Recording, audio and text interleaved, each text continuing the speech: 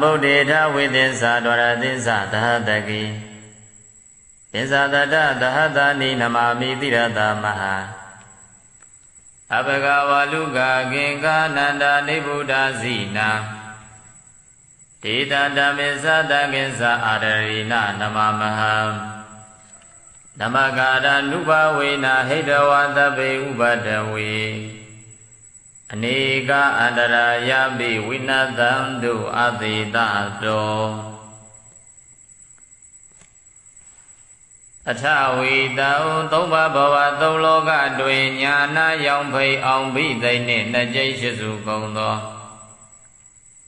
သဗုဒ္ဓေသတသောပမဉာဏ်ရောက်ဝါဖြင့်သစ္စာပွင့်လင်းတရားမင်းတို့ကို၎င်းဒေါရတိသသဟတကိနိဗ္ဗာန်ကိန်းအောင်ဆက်မွေလျောက်သည့်12000ကုန်သောတံဗုဒ္ဓေသလရောက်ပမဉာဏ်အောင်ဝါဖြင့်သစ္စာလင်းပြောင်းမြတ်ဘုံကောင်းတို့ကို၎င်းသစ္စာတရသဟတတိတောင်းထိုင်စကြဝဠာကုံရောက်ရှိ9သိန်းကုန်သောတံဗုဒ္ဓေသနေအောင်ပမဉာဏ်အောင်ဝါဖြင့်သစ္စာလင်းထိန်မြတ်မှုနေတို့ကို၎င်းကျွန်ုပ်သည်တိရသာဥကောင်းယရဏမြတ်အင်္ဂါဖြင့်နမမိယိုတိညိုကျိုးလက်ဆုံးမိုး၍ရှေကိုပါ၏ခင်္ဂယခင်္ဂမြေအတွေ့၌ဝါလူကရှိကြကုန်သောသဲတို့သည်အဘကနေကြကုန်သေး၏နေဗုဒ္ဓဘုံဆက်သိ၍ငြိမ်တော်မူကြကုန်ပြီးသောဇိနာ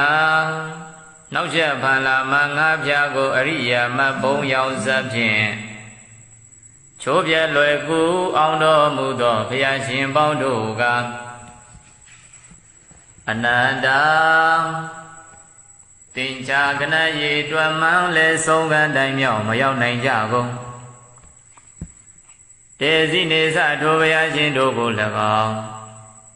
ဒေသတို့9သိန်း12000နှစ်ကျိရှိသူကုန်သောဘုရားရှင်